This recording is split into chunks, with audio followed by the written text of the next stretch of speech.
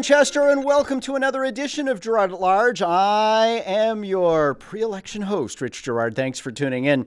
As you know, you can find us online at girardatlarge.com, and you can find us on Facebook, but not Twitter. Why?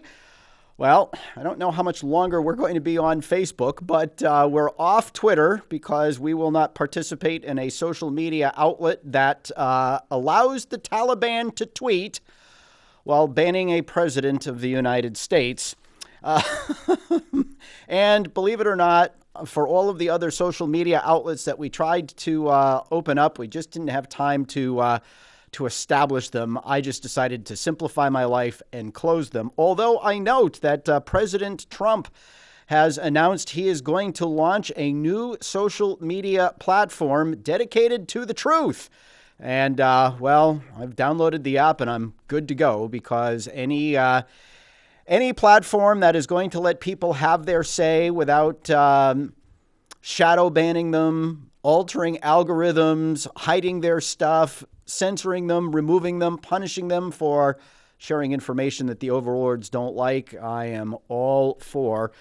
Maybe a little free market competition will smarten up the oligarchs of Silicon Valley, but I'm not holding out hope. Well, as we know, we're coming into the final weekend before this 2021 municipal election, and it has certainly been an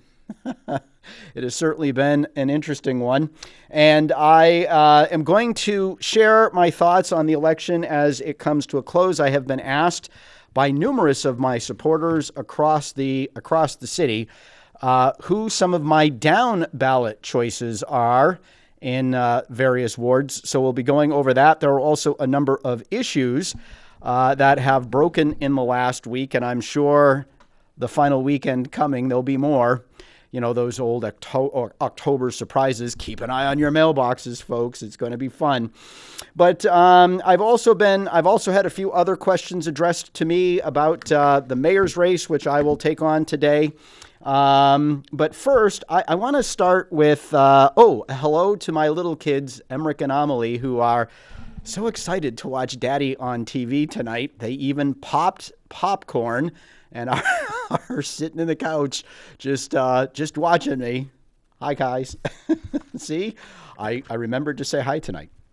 But anyway, I do want to start with a state issue because it is the kind of thing that I think we're going to see, and I apologize if I seem a little unprepared. I had several physical copies of the Union Leader from the past week that had stories marked off that I wanted to say something about. And I'm afraid that I left them on the dining room table as I was running out of the house a little late to get here today. So I'm going to have to fill in some gaps. But I do want to start with a story regarding Education Commissioner Frank Edelblue.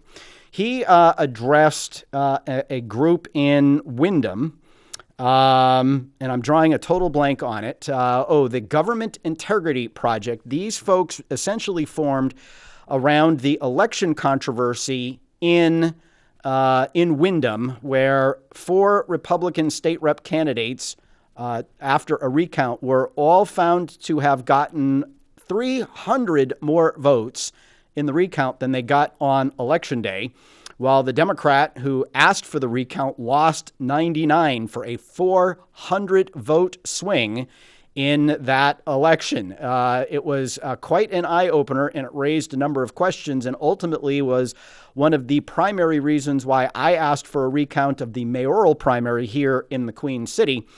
And at the time, I said the worst case scenario, or the worst thing that would come out of this would be that the machine's accuracy would be confirmed, which pretty much was the case. A grand total of 15 people whose ballots were not counted by the machines on Election Day were picked up in the recount.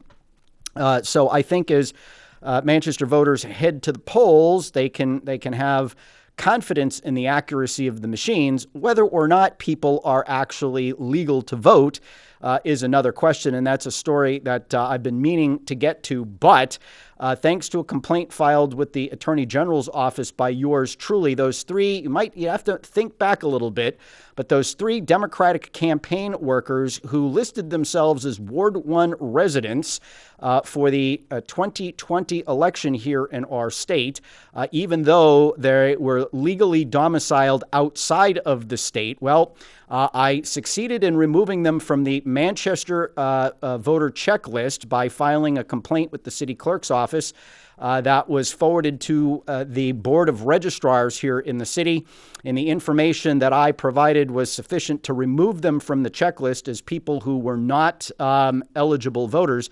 And I also filed a complaint with the Attorney General's office, and all three of them, including a former staff aide to Mayor Joyce Craig in her 2019 campaign, were admonished by the Attorney General's office, who told them they may not vote again in the state of New Hampshire until and unless they meet the requirements of the law and actually become citizens of the state of New Hampshire. I will provide that documentation because I got the letter from the city, from the Attorney General's office. I'll provide that information as soon as I get a moment to breathe. But there you go. You see, for those of you out there who are saying voter fraud doesn't take place in the state of New Hampshire, it certainly does. And until and unless, and I'm just going to put a bright red line under this, until and unless the law in the state of New Hampshire conforms to the Constitution of the state of New Hampshire, which says only legal residents, only domiciliaries may vote in our elections, and they shall vote in those places, in those districts where they are domiciled, until our law requires that people provide photo ID to prove they are who they say they are, and proof of domicile, which is your legal permanent address, defined in the law as that place to which you return after a temporary absence, until our law requires people to produce that information, we will always have trouble with illegal voting here in the state of New Hampshire. It is one of those great big, secrets that the establishments of both parties want to keep under the rug because it could threaten, they say, our first in the nation primary. But on a typical presidential election, you'll register literally on election day 100,000 people at the polls.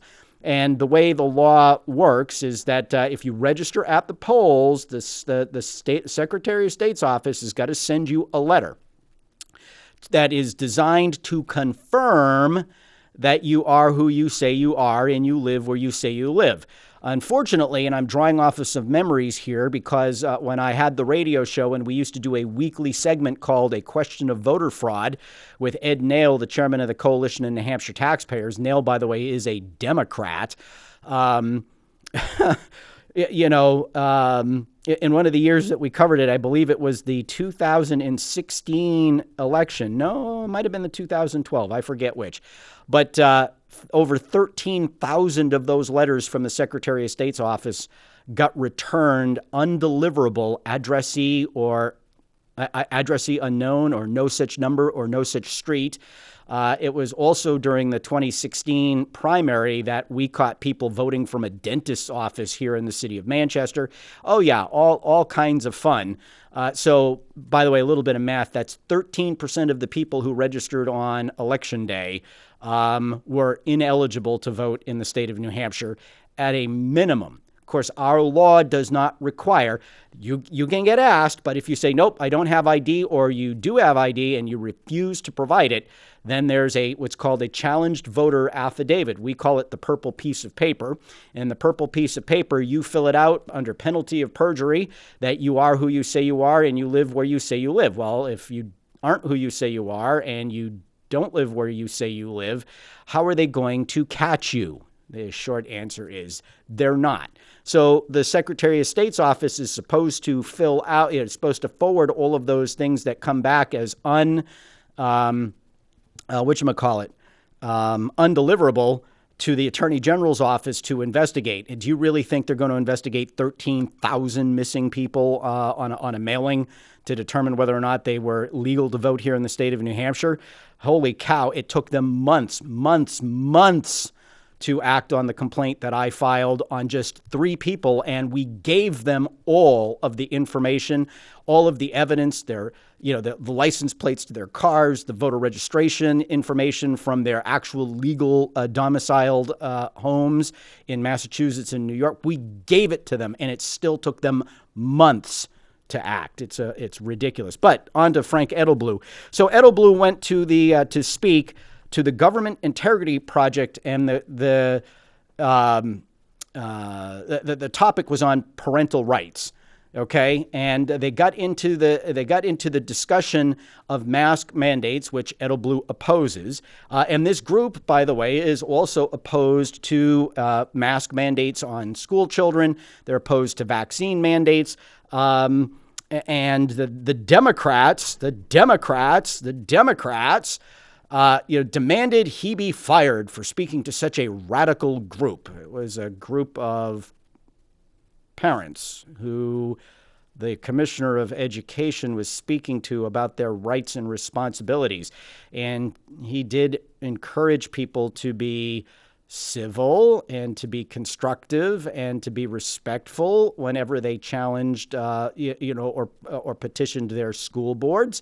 He stood against statewide directives and mandates. And the unfortunate part about this is Governor Chris Sununu decided that he would throw Edelblue under the bus by saying he chose poorly to speak before that group. And, folks, this is a problem in our society today when people can be told who is worthy to be spoken to and who is not. Now, I didn't see any criticism of the content of what Edelblue said, either from the governor or from the Democrats, just merely the audience to which he chose to address himself.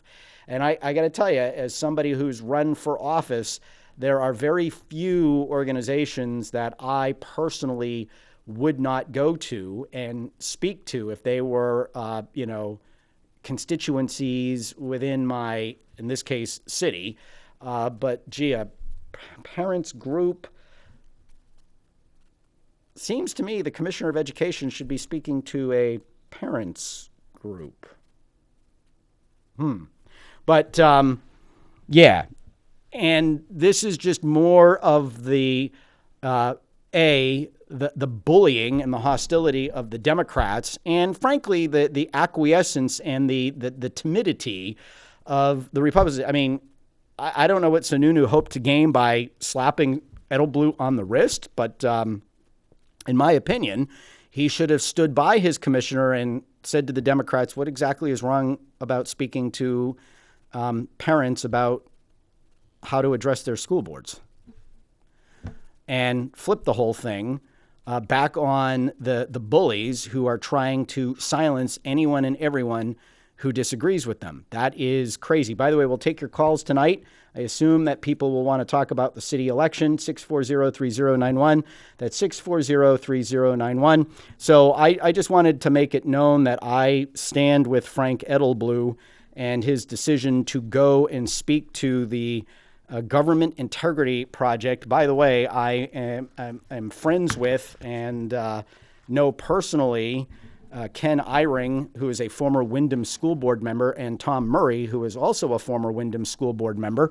I know those gentlemen. I know them to be fine people, upstanding, concerned citizens.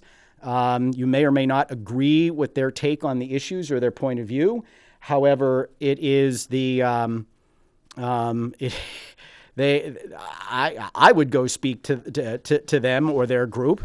And in fact, I was very pleased and proud to have Tom's support in my campaign for mayor. So take that. And you weak-kneed Republicans who flinch at the first sign of controversy when one of your own does exactly what they should have been doing in this case, shame on you. Find a backbone and stand for the right things.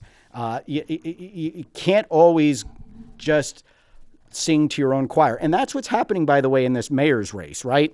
One of the things that I've noticed is that there is very little outreach by one campaign to the other person's choir. I know when I was running, I hit every house in every neighborhood we went to, whether we were dropping flyers or I was personally door knocking. I accepted any and every invitation I got to meet with someone, speak with someone, go to a group, because whether they agree with me or they don't, you know, if you're running for an office and they're, you know, potentially the people that you are going to be elected to represent or otherwise direct, if they are, for example, I met with the police unions, I met with the fire unions, I met with the teachers union. I tried to meet with the public works unions, but we weren't able to get that together. But they dropped the ball, folks, on getting back to me with dates. But in any event, I think part of what we need to do is make sure that we're speaking to everybody, whether they agree or disagree with us, and do a little more listening than we do talking. Okay, towards the end of last week's show, I told you I had breaking news on former fire chief and candidate for Alderman at Large, Dan Goonan. I was able to publish the story, although I wasn't able to get a lot.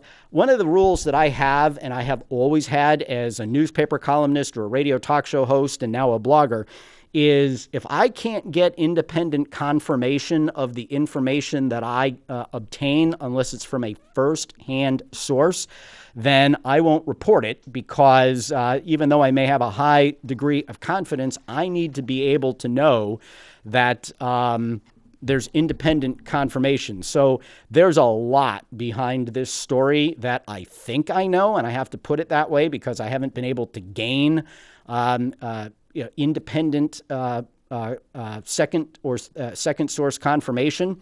But what I did publish was exactly what I could prove.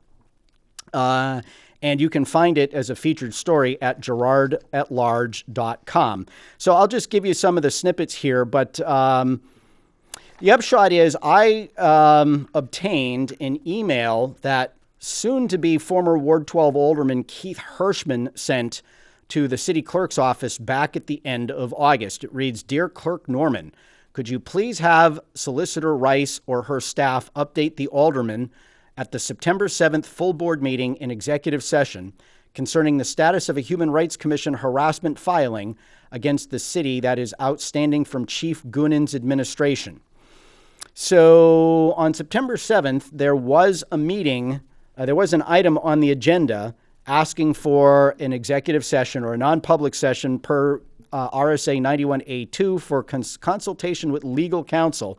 So it's my guess that since I couldn't get anybody to confirm it, that the request of Alderman Hirschman was honored in that meeting. What I have been able to determine is that the complaint filed against, and I don't know if the complaint was filed against directly against Goonan as an individual, as the fire chief, or against the city. And I did get a message from Alderman Levasseur. I asked him for comment. I asked Dan O'Neill for comment. I asked June Trisciani for comment, and I asked Chief Goonan for comment. Levasseur was the only one who responded. He said, "I really wish we could discuss this publicly, but we were told by city attorneys that we cannot discuss anything related to this issue. So unfortunately, I will have to abide by the request, even though voters should know what this is about." I asked him whether or not the complaint was filed against Goonan personally, and he said, "We have not been given or shown the filing to the HRC, that's Human Rights Commission. All I was told was that it was brought against the city." So information that we gathered was that the complaint is likely coming from a female employee of the fire department and may be related to the rape allegedly committed by former Deputy Chief Brendan Burns. You may recall about a year ago, he went missing and turned up dead after committing suicide.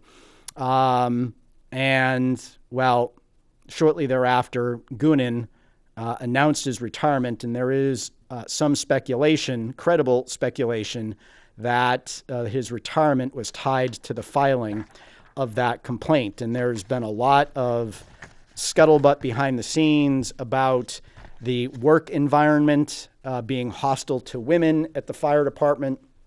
I'm going to stop there because if I start saying some of the other stuff that I've picked up, I might I might be treading on thin ice. But really, Goonan should come forward and clear this up for voters, because it seems to me that this complaint, which has been filed, well, there may be some splaining to do, and people need to come clean about what they know and when they knew it. So there's a follow-up from last week. Again, you can get that at girardatlarge.com. And if I'm able to confirm any more of the information, if I get any more information, I will, of course, pull that to put that together into the article. Okay, so a couple observations that I want to share with you. There was news recently about the Board of Mayor and Aldermen acting to significantly increase the exemptions for the elderly, the property tax exemptions for the elderly and the disabled. Of course, they're doing this before the election. And not for nothing, yours truly suggested that this be done while still a candidate for mayor, and suggested and called for that to be done at the same time I released a proposal on how to handle revaluations in the future. Interesting that that was the one policy proposal that I put forward that Victoria Sullivan directly criticized, and she did so on the Facebook page of the Concerned Taxpayers of Manchester, where that proposal was posted, among other places. And now that she is challenging Joyce Craig, she's actually adopted that proposal without mentioning where it came from. But hey, not the first time any of the stuff that I've proposed has been appropriated by an opponent without so much as a nod to where it came from. So now she's all okay with the idea that, we don't have to wait every 5 years to do a revaluation, which she criticized me for saying on Facebook at the time, and is suggesting that perhaps another reval be done. But it was also in that proposal that I said the exemptions should go up by at least the amount of money that single-family homes increased in value on average, as a way of at least providing those elderly and disabled folks in our community who qualify with that fire break against what's happening with the revaluation. So the Board of Mayor and Aldermen actually heard that, apparently, and they went through and they passed it lickety-split. It's a done deal. Isn't that exciting? So at least there'll be some relief for those folks. Unfortunately, even though they could have, and we got the assessor on record, the chairman of the Board of Assessors, Bob Gagney, on record as saying, they would prefer not to, but they certainly could have filed the whatchamacallit. All of the paperwork needed with the state to determine our tax rate before the election. Yeah, it's not going to happen. But don't you worry about it. The tax bill will be due before Christmas. Barbara, you're on the air. Thanks for calling in.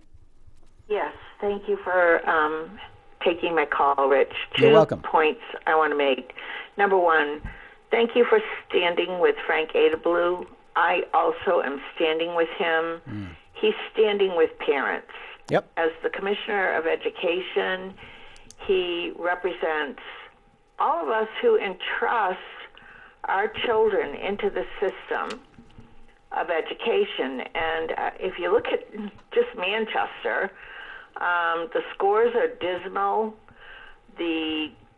I served in the House for 2 years on the Education Committee, and there was constantly this blocking of new ideas. They wanted the same size shoe to fit every child, and it doesn't. And I really appreciate Frank. I think he was put in the position of commissioner so he wouldn't challenge Sununu again. I mean, that's speculation on my part. Oh, there was a deal done This there. governor Yeah, there was a deal done does there. not represent Republican values.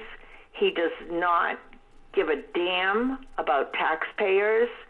He has exercised extreme power in the last year and a half in locking us down and shutting us up, and I'm tired of him. And his attack on Frank Adeblue was unwarranted.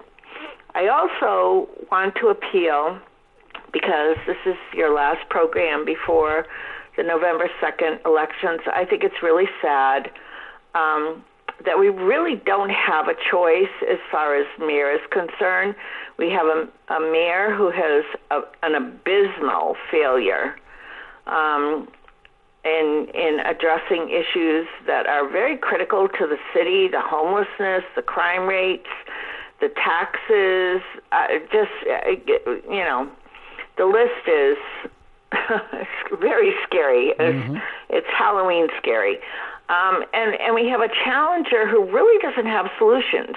She wants to have meetings, and she wants to gain perspectives from other people. So we really don't have somebody who's ready to hit the ground running and address the issues that are facing this city that are critical. I think we need to be really, really aware of who is running for alderman and who we elect, and who is going to support the tax cap, and who is going to protect us with respect to what's going on on our school board, and who is going to protect us and look towards how our police department and our fire department can enforce the ordinances and the variances that are in effect, because nobody's been paying attention to any of that stuff. You mean the same? I hope people will please, between now and election day, and the time is short, but I'm making an appeal on your program. We need to make sure our Board of Aldermen is solid and is going to watch out for the people of Manchester, New Hampshire, because we're facing some very serious consequences if we let people get into office who don't care about how much money they tax us, who don't care about the crime, who don't care about what our school board is doing. You know, local control is key in any government, and we need to be aware of this, and we need to be on it. And I thank you for your program and your time and your service, and I hope people will vote on Tuesday and keep that in mind. Well, Barbara, I appreciate the call. Thank you. All right. And speaking of enforcing ordinances, yeah, just another tidbit about, at-large candidate Dan Goonan, who as fire chief on his own decided he would not enforce the life safety codes against these illegal sober homes that have proliferated, say that 10 times fast, across the city, causing any amount of turmoil in neighborhoods north, south, east, and west. He just decided that, because it was a good cause, he wasn't going to enforce the laws. And, and that's going to get me to one of the things that people have asked me to address here. Look, I've shared my displeasure with how Victoria Sullivan and company, went scorched earth on me in the campaign with the continued dissemination of misinformation, outright lies, fabricated events, et cetera, et cetera, et cetera. She put up a post, and I forget when it was, but the reason why it was so close is because our values and our ideas, we share we share similar values and positions. That's not true. And Barbara said some stuff that with respect to enforcing orders. just the sober home thing alone, where Victoria has taken at least $1,000 from Jonathan Gerson of Into Action Sober Living, who operates about a half a dozen or more of these illegal sober homes across the city, who, by the way, was at the debate at St. Anselm. She has adopted the position that Dan Goonan held about these places, and that Joyce Craig used to hold. Joyce Craig at least is paying lip service to neighborhoods across the city who are very upset at the turmoil that these things have caused on their streets and in their neighborhoods. And, is at least going through the motions of cracking down on these things. But, Victoria... she likes to talk about the job of an elected official is to represent the people, yet when neighbors across the city have spoken out against these things, she's accused them of being NIMBYs, people who, are fine with it as long as it's not in their own backyard kind of thing, and has condemned them as not being in favor of, not wanting to help people who need recovery, et cetera, et cetera. Fundamental disagreement there. And that, for me, was a major issue. You cannot be serious about addressing crime in this city, and you cannot be serious about quality of life issues if you're okay and are looking for ways to legitimize the dozens of these illegal sober homes that are operating in neighborhoods literally just like mine across the city. And it's not only the illegal ones that are operating in my neighborhood, but at least a half a dozen within a 3-block area that the planning board has approved. And that's fine. So far, there don't seem to be any issues with the ones that have gone through the proper legal process to get it done the right way. But you have to be careful that they don't cluster, because if they cluster, they start to draw, elements into the neighborhood that are not helpful to your quality of life. And so there are big issue differences between myself and Victoria. The sober homes is a big one. How we'd handle schools is another. It really, I support the education freedom accounts at the state level, and it makes sense to me that in a state that offers aid on a per pupil basis, that it would give aid irrespective of where the kids went to school, right? Because the point is to educate the children, not to feed money to a necessarily public school system. So when Victoria came out with her proposal to somehow give tax rebates in the city of Manchester to parents who don't send their kids to Manchester public schools, aside from the fact that where do you draw the line? What you're really saying there is if you don't have a kid in the school, you're not using the school, you shouldn't pay taxes to support the school. Well, that dramatically shrinks the universe of people paying taxes to support the schools and makes it completely unfundable for the schools to operate. You just can't operate in that. And when you are the head of a school system, which you would be as mayor of Manchester because you're chairman of the school board, you want to pay people to leave the system.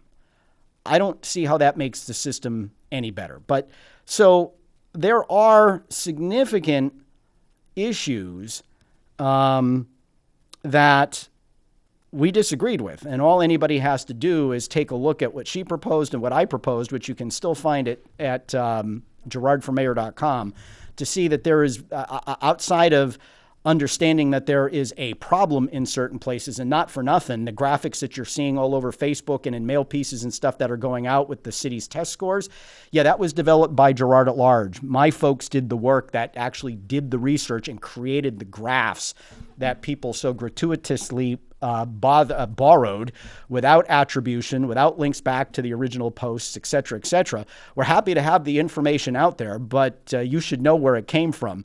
It came from work that we did because, well, we know where to go to get this stuff and apparently can figure out how to put together a graph. And people are making great hay with it, and that's fine. They should, because the scores are awful, and they've always, and they've been awful for some time now. It's not a new thing, and they've been on a descending path ever since we went to Common Core in 2013. But so the Scorched Earth politics aside, There are some deal breakers for me when it comes to issues. So I'm just going to say this, and it is what it is. There are any number of people who've asked me, well, what do we do? And I'm just simply going to say to you, send a message.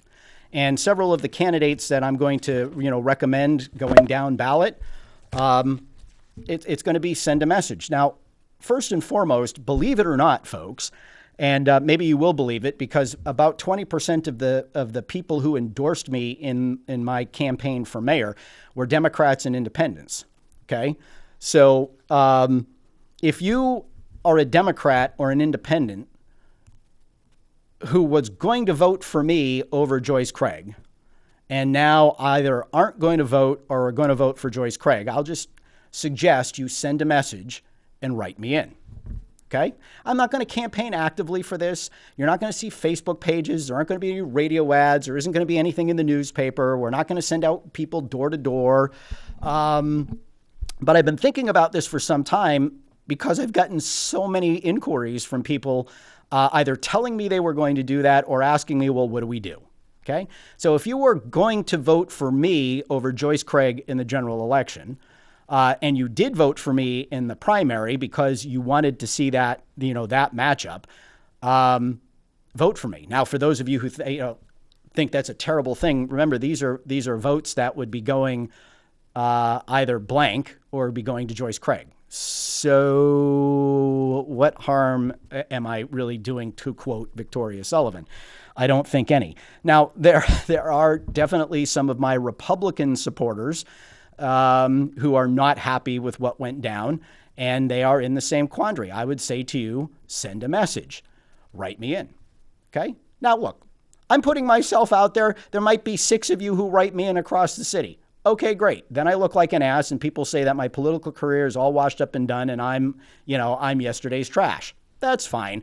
That's been said about me before, and here I still am. And if I were worried about a political career, I would probably say, do things entirely differently. But, in a race where I think the outcome is pretty much known, I would say to you, send a message.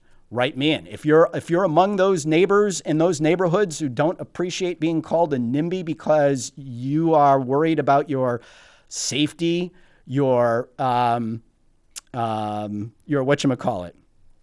your safety, your property values, the things that start happening in your neighborhood when an illegal sober home, opens up. If you're, if you're on Central Street, Grand Ave, Orange Street, any number, Reed Street, any number of places where, you've contacted me to say, what do we do about this?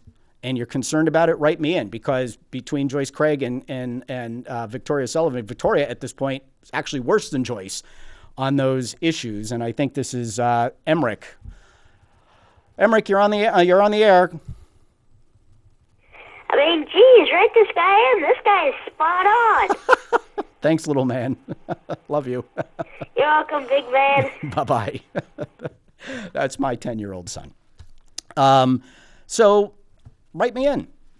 The idea that somehow a write-in vote for me is a foregone conclusion that it's going to help somebody win or somebody lose, I think is wrong. But if you want politicians or candidates for office, I'll put it that way, who are going to be focused on the issues and what they would do as mayor. Anybody can be a scold. Anybody can complain. Anybody can, point fingers of blame. Anybody can do that. But if you want people to talk about what they're going to do and how they're going to get it done, and you want to send a message about scorched earth tactics, write me in. If you want to send a message to the mayor that, you're a Democrat, you're an independent, you're somebody who supported her in the past, but you think she's done a lousy job, but you can't pull the trigger for Victoria Sullivan for whatever reason, write me in.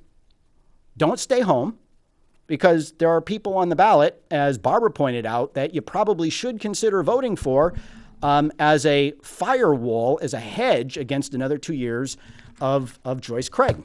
And with that, we'll get to it. Okay. So I'm going to start with Ward 12, because Ward 12 is always last. It's like Z being the last in the alphabet, right? So A couple notes on the at-large races first, right? If you're a Joe Kelly Lavasser fan and you want him back, then I strongly suggest you give him a bullet vote. And I just have to say, the Republican City Committee at this point has got me confused because while Dan Goonan is a Republican, right? And I'm saying they're confused because we had all these people saying, oh, well, we have to support Republicans and in a primary we can't get involved, although some did. In a general election, now I don't think Dan Goonan is much of a Republican, but he is a registered Republican. If you go to the City Republican Committee's website, they have left him off of all of the, all of the sample ballots as somebody to vote for.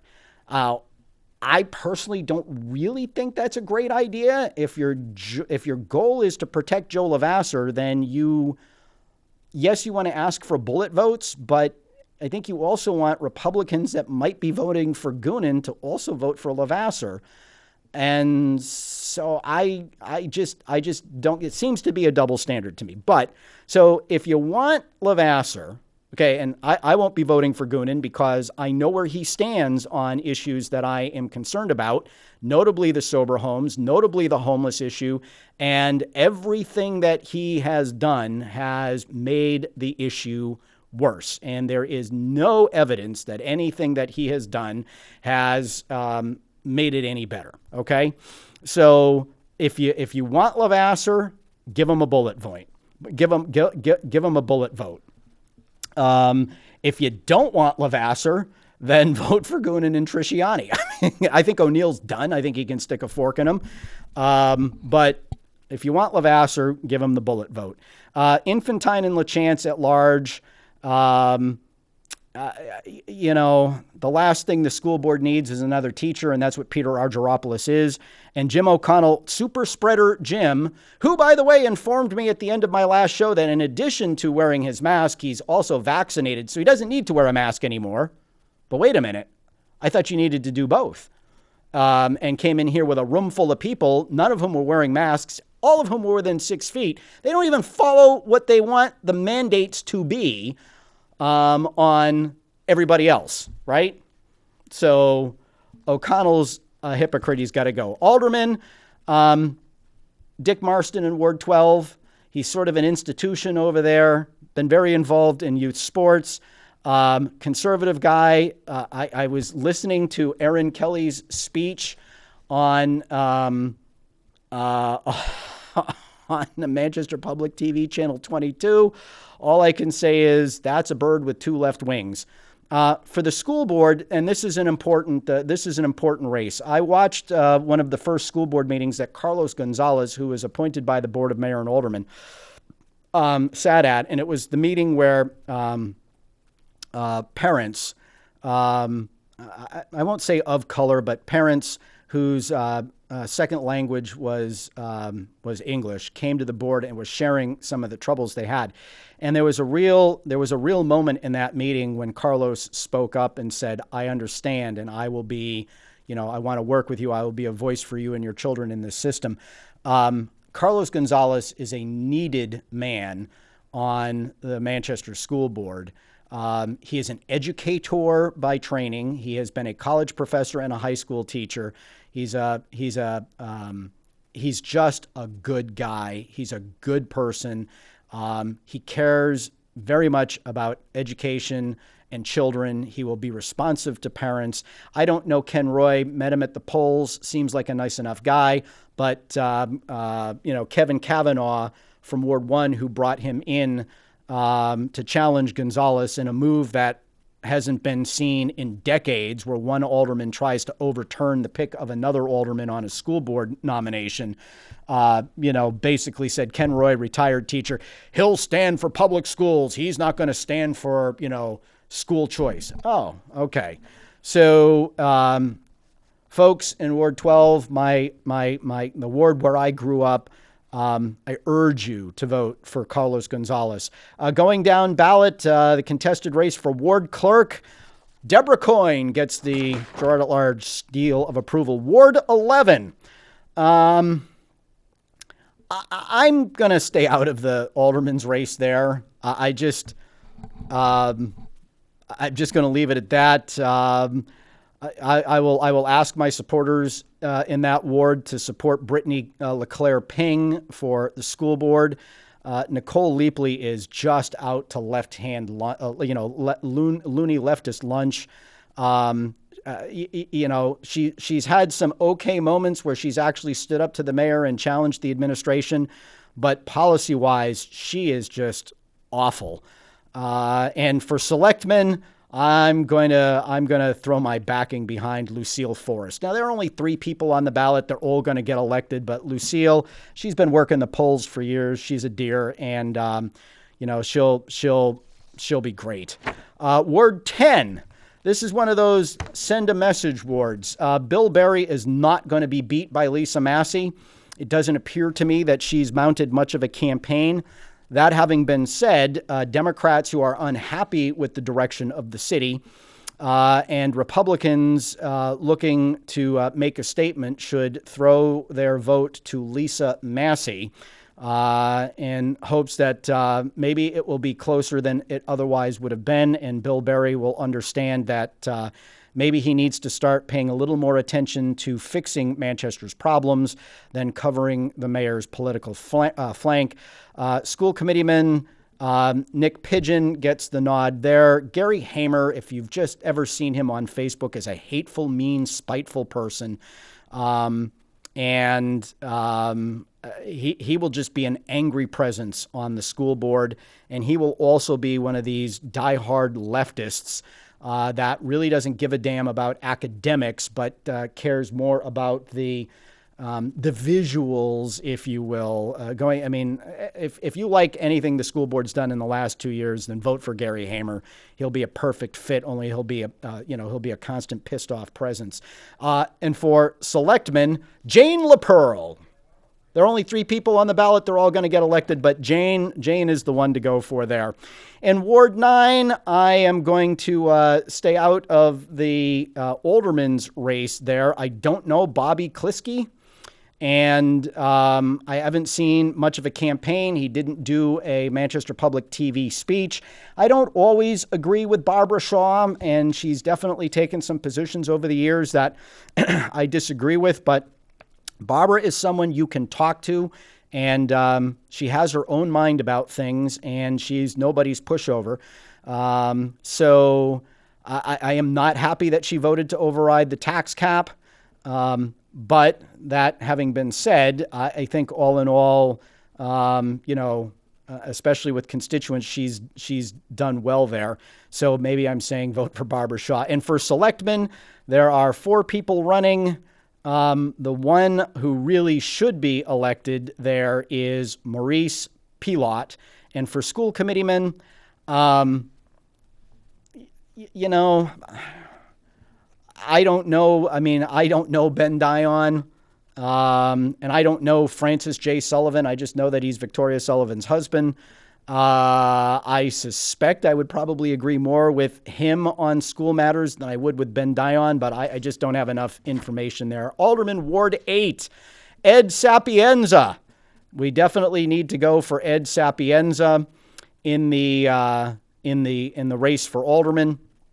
And for selectmen, Deborah Corbeil. There are 6 people running there. I believe 4 of them are Republicans, but Deborah Corbeil would be my vote there. In Ward 7, Ross Terrio is going to have his hands full with Mary Heath. She, of course, is the sister of former State Democratic Party Chair Kathy Sullivan. She cares nothing about facts. She was a lead member of Manchester Proud. She is a doctrinaire, dogmatic leftist, and she will be all about the politics of the board and not about the substance of the policy. I think Ross has earned his stripes there. I think he's been attentive to his constituents. He's a diehard supporter of the tax cap, and I think he's earned a second term. For school board, Christopher Potter will be another one of these, whatever the Granite State Organizing Project of which he is a member tells him to do, he's going to do. Brian Cole is a Manchester businessman. He has a 40,000 square foot warehouse here in the city. He's an importer of goods and a distributor of those goods. He is a bona fide business guy, and I think he will bring some business sense to the school board that is sorely needed. So he gets my nod. And selectman, my dear friend, my dear long-standing friend Claire Roy is on the ballot, and so is Mary Freitas. Now, I don't know Mary personally, but well, I know of her, and I think she's a decent lady. Again, there are only 3 people on the ballot. They're all going to get elected, but why not? And for the record, some of these recommendations are Democrats. George, you're on the air. Thanks for calling in. George? Yes. As if you're able to be elected mayor, let me ask you this one subject. What do you think about the fact of adverse property possession? The law of adverse possession. Well, in the city of Manchester. I'm drawing back on my high school law class from West High School with Walter Lubelzik, and that's how I know about adverse possession. And I believe the way the statutes in the state of New Hampshire are set up is that if somebody has control of a property for 7 years or more, the property becomes theirs even though it wasn't theirs to begin with. I believe that's how the law of adverse possession works. But I'm not sure there's anything any mayor could do about that. I think that's determined by state statute, George. And what about the taxes paid on it? Well, the taxes would be paid by whoever... From the property owner. Right. The taxes would be paid by whoever was... Needless to say, from what I got to be honest with you, from us, yep, for years, yep, since 1897, mm-hmm, and there's 5 feet missing of property line, and a gentleman paved over a property line and decided to just think it was his. Ah. So yeah, you called about this last week, if I'm not mistaken. So yeah, I don't know what the laws are in that case, but if you paid the taxes on it all that time and now he's claiming it's his, I don't know if that's a civil matter, or I don't know if that's a matter of law that the state has guidelines on. See, it's in 7 years or 20 years. I'm just drawing back on high school memories. I thought it was 7 years, but I don't. You say high school memories? I said high school memories. I had a law class in high school. That's where I learned about the law of adverse possession. But George, I'm going to let you go because I get 6 more wards to get through, and I've got 5 minutes to do it. Thank you very much. All righty. Thank you. All right. And remember, I'm the send a message candidate. All right. Ward 6, Sebastian Sharonov. I don't think there should be any question about that. Sharonov gets the nod for alderman in Ward 6, and that's the only contested race I care about there. For alderman in Ward 5, I got to tell you, I was surprised to see Tony Sapienza address the way he did the whole sober home issue in his 3-minute speech here on Manchester Public TV. The trouble is when he cited the changes that the city made to the ordinances to address this issue, what he didn't say is that those ordinances actually make it easier for these illegal operations to operate. And for the ones that go through the process, significantly lowers the bar on how they're regulated. It's just, I testified against the changes. There's no way the changes that can be made, that have been made, can be enforced. And I think he understands how upset some of his neighborhoods are over what's happened to them since these things came in. So he is responding, but and I'm under no illusion that he's going to win. But I think if you want to, again, send a message, Teresa Vigneault is actually a fairly impressive person. I liked the speech that she gave. I met her at a party function not that long ago, got a chance to talk to her a little bit. She's really got quite a bit on the ball. I don't think she's going to win. I don't honestly believe it will be even terribly close. So if you're in Ward 5, though, and you're unhappy with what's happened with the sober homes in your area, and you're looking at least to send a message, or you just want to send a message to Alderman Sapienza that you're not happy with the direction things are going with the city, especially on these, on these homeless issues and these sober living facility issues, then Teresa Vigneault is the candidate for you there. In Ward 4, it should go without saying that Jim Roy has earned another term. Again, there are some issues that Jim and I don't see eye to eye on, but he is one hardworking guy. He's level-headed. He does his homework. He knows the issues. He speaks for the taxpayer as much as he speaks for every taxpayer in the city, as much as he speaks for the residents of his ward. There are few who know their wards as well as he does. And he is a necessary contrarian voice to the predominant sentiment on that board. And it is my hope that there will be some changes in various seats, and Jim Roy could be an alderman who could be chairman of the board. The primary, he won, he led the primary by one vote, but roughly two out of every three people who voted voted for someone other than Jim Roy. The Democrats, the left-wing loons, and I'm sorry to call them that, but I just don't know how else to put it. But the hard left put up two candidates. Joyce Craig is trying to oust fellow Democrat Jim Roy in favor of Christine Fajardo, and it's just not. Jimmy's up against the machine. So if you're in Ward 4 and you want independent representation that's going to speak for you as a taxpayer and as a resident for Ward 4, it's Jim Roy. Same with Mark Flanders. Mark Flanders is challenging Leslie Want. Leslie Want, as much as anybody, is responsible for the direction of the Manchester School District. Her fingerprints are at the crime scene, as they like to say. And if you like critical race theory, if you like, biological boys playing on girls' sports teams, if you like schools being ordered not to tell parents about their children's non-conforming gender behavior in schools, if you like all of the political dogma that's been brought in on all of these so-called equity issues, then Leslie Want's been in the forefront of all of this. Vote for her again. But if you want to see some changes, Mark Flanders is a serious business guy with serious budget and insurance background. He is the guy in Ward 4. The moderator's position is contested. We'll toss a nod to Steve Matthew. In Selectmen, there's a fellow on the ballot. He's an attorney and an all-around good guy named Craig Donay. This is one where there are multiple Republicans and Democrats. I really don't know other people on the ballot, but Craig Donay is a stand-up guy, and I hope he gets elected. In Ward 3 for Alderman, Gregory Krill. I was very impressed with his 3-minute speech. He's a Marine who served in Iraq, and I think he'll bring a fresh perspective. Look, I like Pat Long. I get along with Pat Long. He's just Long is wrong on the issues time and again. And when it comes to handling the homeless issue, he's been a train wreck.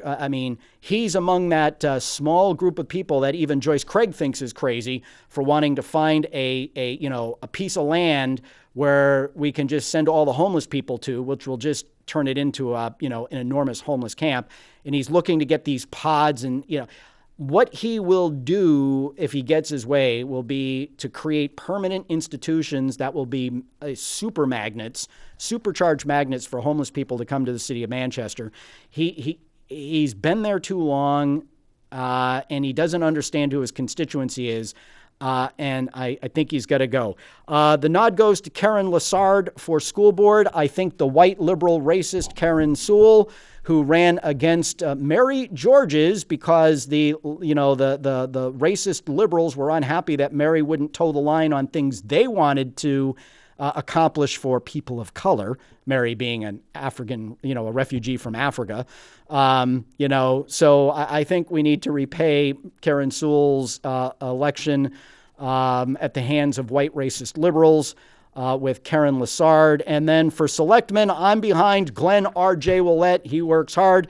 I'm running out of time. For alderman in Ward 2, Bob O'Sullivan. For school board, Kathleen Kelly Arnold. That's Kathleen Kelly Arnold. And for ward clerk, write-in Earl Rinker. Ward 1, Earl Matola. That's a send a message vote to be sure.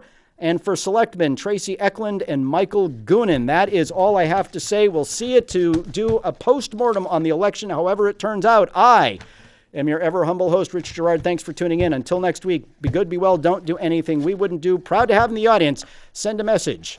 Write me in. Be good.